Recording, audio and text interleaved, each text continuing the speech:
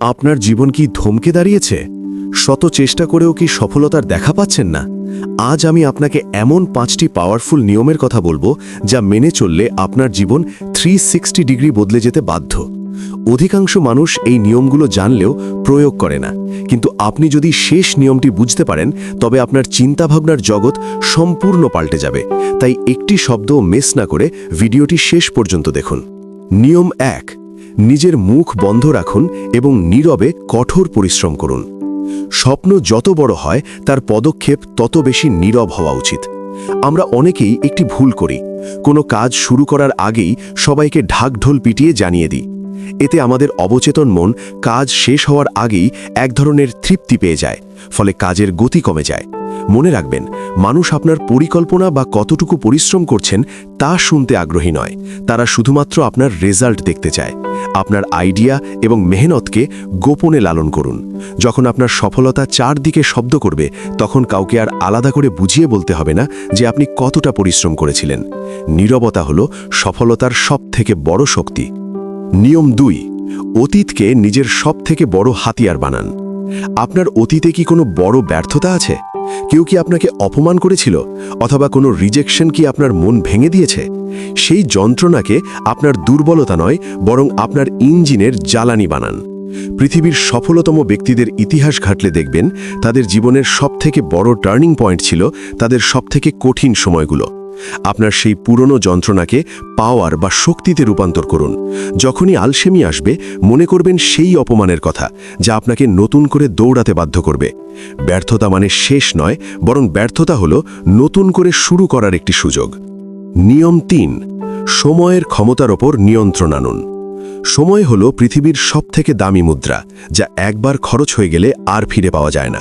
সৃষ্টিকর্তা পৃথিবীর সব মানুষকে সমান সময় দিয়েছেন, 24 ঘন্টা। এই সময়ের মধ্যেই কেউ বিশ্ব জয় করে, আবার কেউ আলসেমি করে দিন পার করে দেয়। সফল এবং ব্যর্থ মানুষের মধ্যে মূল পার্থক্য হলো তারা তাদের সময়কে কিভাবে বিন্যস্ত করে।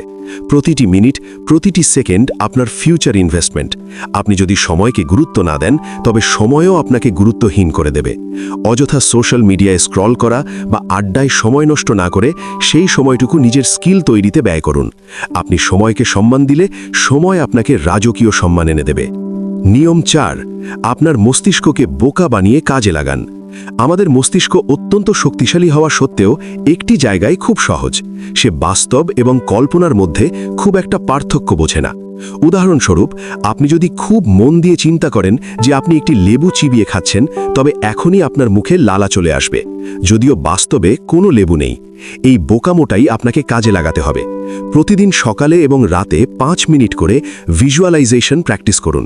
ভাবুন আপনি অলরেডি আপনার লক্ষ্যে পৌঁছে গেছেন, আপনার কাঙ্ক্ষিত বাড়ি বা গাড়িটি আপনার কাছে আছে। আপনি যখন প্রতিনিয়ত আপনার মস্তিষ্ককে এই মেসেজ দেবেন, তখন আপনার অবচেতন মন আপনাকে সেই বাস্তবতা অর্জনের জন্য নতুন পথ এবং কাজের উদ্যম দেবে। নিয়ম 5, ডিসিপ্লিন বা শৃঙ্খলার সাথে নিয়মগুলো পালন করা। সবথেকে বড় নিয়ম হলো নিয়ম মেনে চলা। ওপরের 5টি কথা শুনে আপনার ভালো লাগতে পারে, কিন্তু যদি আপনি জীবনে প্রয়োগ না করেন তবে ফলাফল শূন্য।